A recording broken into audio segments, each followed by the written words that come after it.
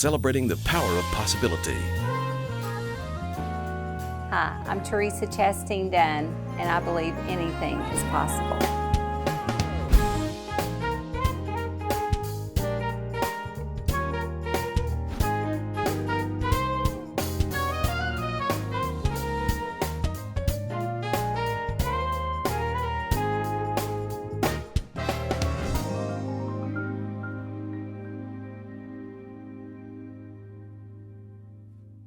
Welcome to Anything is Possible.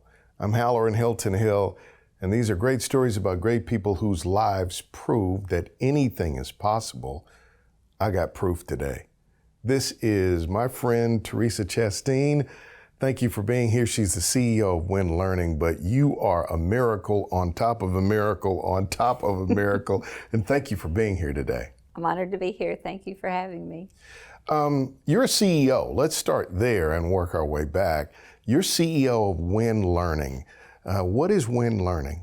So Win Learning is a company that we started in 1996.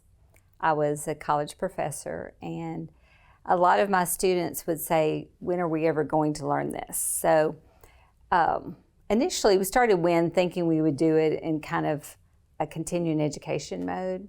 And my brother and I had done a lot of real estate business together, and he thought about different ways we could use distance education before it was popular like it is now. You guys were like on the cutting edge of this. Yes. And so, but it kind of took a life of its own because there was a real need for skills that connected academic skills to what employers needed. And so we started building courses that would do that, and then assessments, and then credentials based on job requirements. And we started out doing workplace reading, workplace math, workplace data, and how to use that and apply it. And then it's grown to be a lot of focus on soft skills and the skills that you need to do well in the workplace. And that has become popular, as well as digital skills is our newest suite of products, and that is very, very needed as well. You might not think so, but when you get out there, while people know how to use technology, they don't know the security around it, good etiquette around it, all those things that go with digital skills. So that's become very popular for us too to provide to our customers. So the company grew. It grew way bigger than I expected. How big did it grow? My brother Matt kind of kept doing the real estate business, and I took off with Win and did the leadership there, which was odd because my background, all my degrees are in education and psychology, those kinds of things. I was headed toward being a Christian psychologist, and then realized, you know, there's a bigger impact, I believe, that I could have if we connected education to business and kind of talked about the edge economy and the education and economy and how connected it really is. And so it started out, our first contracts were statewide in Tennessee, which had approached me about doing what we were doing. And they funded our first project in Kentucky the same year, funded a statewide. And we still have those customers today, which we're thrilled about. And so it grew from being what I thought would be fairly small to a bigger company. And we get to do a lot of good work, and I like to say we get to do good and do well. Did you see yourself as a CEO? No. In fact, I was, like I said, a college professor and loved it. I was professor of the year the last year that I taught, and just loved that field. And I did not have a business background at all. Now, I had learned from other people. I had an uncle. My dad passed away when I was 18, and so my uncle became kind of the mentor, especially in business, well, and in personal life too, but in business, he was a real mentor for me. And I didn't see myself, 27 years later, still leading a company that's now grown to be pretty well known in our field. Where'd you grow up? I grew up in Kingston.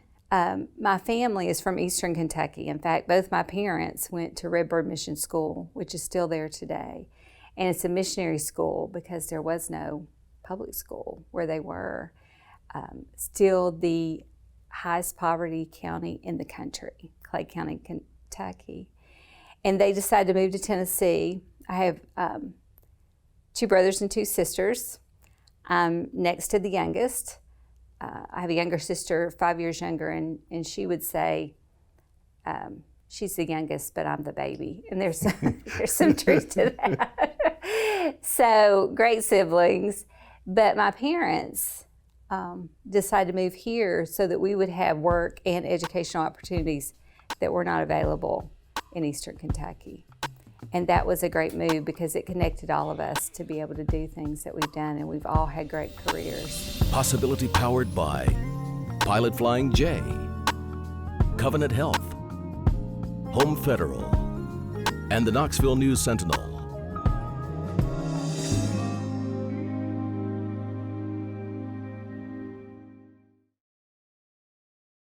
It's pretty amazing to come out of poverty, to find opportunity and to find possibility.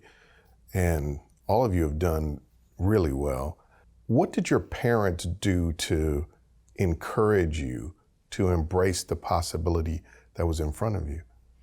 Because I bet when you go back, for me, sometimes when I go back to the place of my family origin, a lot of people never made it out. Absolutely. So I had my oldest aunt on my mom's side passed away this year, and at her funeral they played "You'll Never Leave Harlan Alive," the song. I mean, it is a culture that people many times don't get to leave.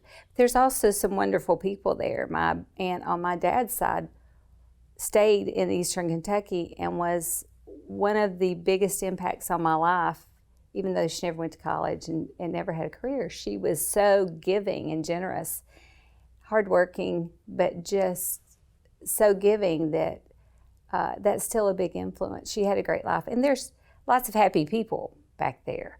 It's not the success and wealth that achieved that, but I'm so thankful we had that opportunity. I'd say, what did my parents do? My dad was a disabled veteran and died of service-connected issues. And my mom then has 5 children who need to go to college, and we all got to go to college on his GI Bill and on scholarships. We all earned, and we all worked. But she showed us a great work ethic and a great determination.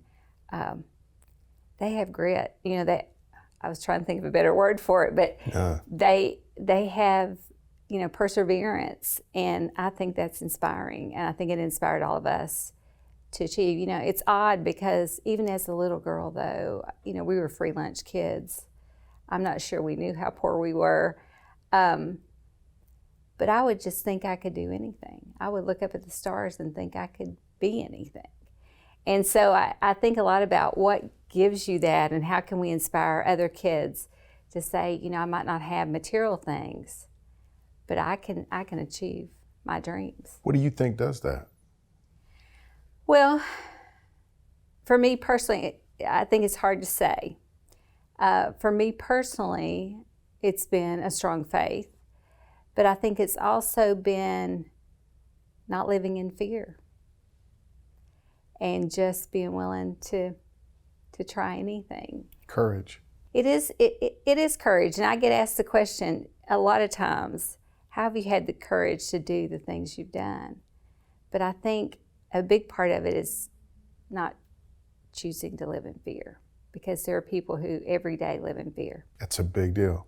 Mm-hmm. So you grow up, you go to school, you decide you're going to become an educator, you build a wonderful career as an educator, you start to build a company that is connected to educating people.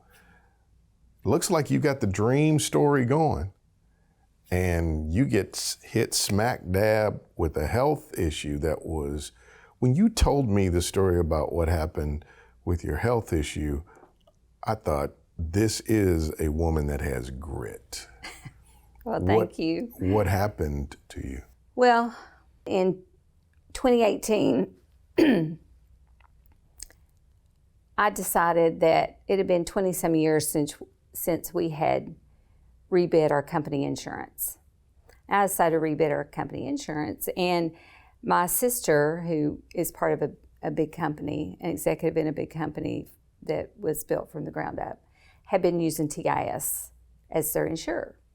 And so I had TIS come out and propose, and Bill Thomas and Kelly came to my office and made a proposal on what kind of insurance that Wynn should have. And one of the things that Bill Thomas expressly recommended was for me to get more legal insurance. That what he saw as a risk in the market today was different than it was 20 years ago. That now, if you have a competitor who's large, they might come after you if you're taking and eroding their business or taking some of their market. And they might sue you, and you need good legal insurance. So I followed his advice and we went with TIS, and they have been wonderful. 3 months later, we got blindsided by a large lawsuit by a competitor against us. That was in May of 2018. In July of 2018, my daughter had to have a very serious open heart surgery. And she had to have her whole descending aorta replaced. And so it's major surgery. And so we did that at Emory. She did great. She didn't come out of surgery well. She came out half paralyzed. And my lifelong work has been brain research. You know, we built our products based on research of how the brain is mapped and how people learn and how they do things. And when Jess came out of surgery, they said, we don't know what it is, but straight down the middle of the whole left side of her body is paralyzed. She's blind in her left eye. She can't swallow because, you know, she's just paralyzed straight down the middle. They were planning to move her from Emory to Knoxville, to Patricia Neal. And they let me stay back there with her. And my husband, Lanny, came home thinking we were going to come to Knoxville with her the next day and start the long rehabilitative process. And so I got in there with Jess and I said, Jess, look, we know how the brain works. Somehow your brain has come unwired during this surgery. I want you to concentrate as hard as you can to move your left side. And she's kind of looking at me, but not looking at me, and in and out a little bit. And I said, just think about it as hard as you can. We need to remap your brain. And all of a sudden her foot moves, and then her hand. And then I can see that her body is waking up. And I called the nurse and they said, no way. And the next thing I know, she's dancing with the nurse out of the bed. Are you serious? And I'm texting my husband. I'm married to Lanny Dunn, who's also a CEO in Cookeville. And I'm texting him, I said, Lanny, Jess is up dancing with the nurse. And he said, are you drunk? I'm like, no. But it was just an unbelievable miracle. And they wrote on her pillow that she brought home with her, you are a miracle patient. So that was in July 30th of 2018. So I thought, well, we've got the big surgery over with. My heart's feeling great because my daughter has survived it. And then in June of 2019, less than a year later, I had this little speech problem. And I was having breakfast with my stepson, and my words just came out wrong, just for like 20 seconds. And I could tell they were. So I get in the car, I drive to Kingston, and I called Wes, and I said, Wes, I don't know what that was. And he said, well, I thought you were just being funny. And I just dismissed it. Well, then the next week, Lanny's bringing me for a deposition in Knoxville for this lawsuit we're in. It happens again. He's like, you've got to go to the doctor if that happens again. I said, well, it happened with Wes last Friday. He said, well, you got to go. And so I went to his doctor that I had never seen before. And he said, well, it could be a lot of things. It could be stress. It could be strokes, mini strokes. It could be your heart. We'll start doing tests. I said, I want a scan of my brain because the brain is so important to everything. And it's just been my life work. And he said, well, to get insurance to do that, you'll have to see a neurologist. It'll take a couple months. I'm like, no, I'll pay for it. And so I went next door. They said it would be a couple weeks, even though I was going to do it myself. I said, how about tomorrow morning at 7 a.m. would they come in and do it? And they said yes. And they came in. Well, when they saw the scan, they're like, go get the doctor, go get her husband. And I knew I had a brain tumor. And so it was about the size of a golf ball right behind my left eye. So it was large. And I had swelling all over my brain. And what was really strange about it, I'd never had a headache or symptoms. It was just those little aphasia, is what they call it, where you have this speech issue, very brief. And that's how I learned I had a brain tumor.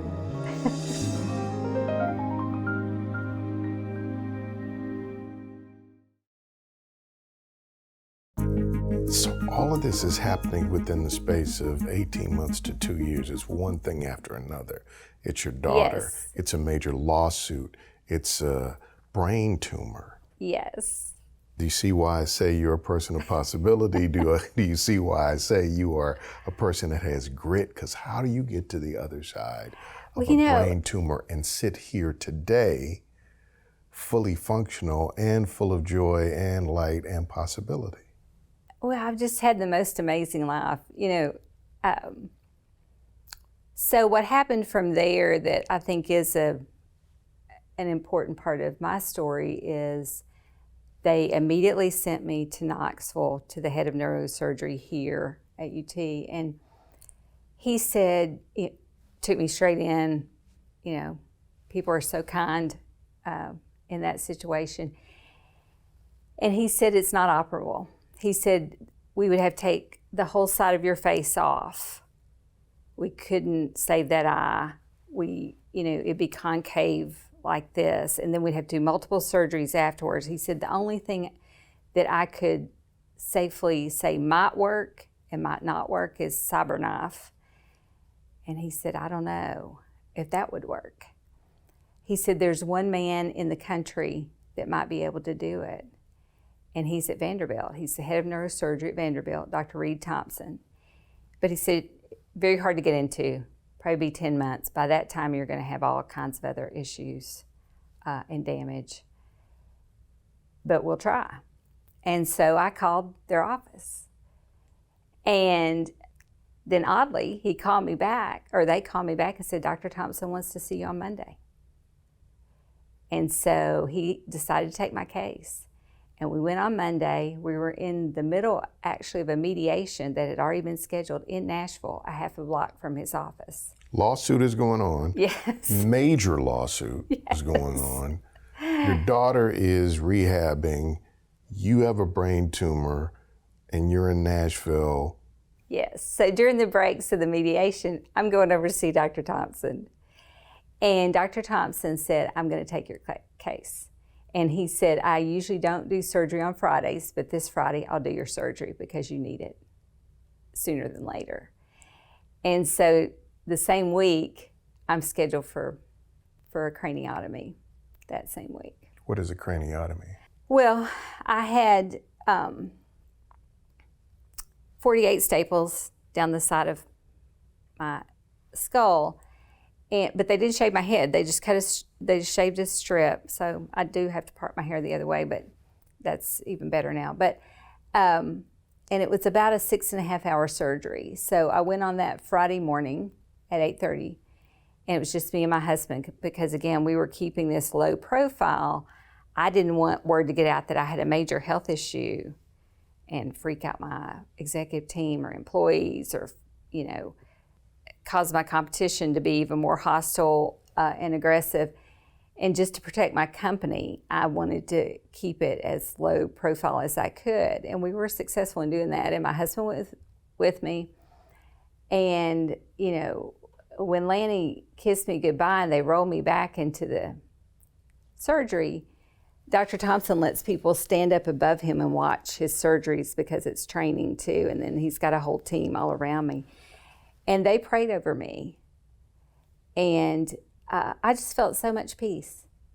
And, I just thought about if I don't wake up from this, which had a pretty good likelihood, that I had the most amazing life.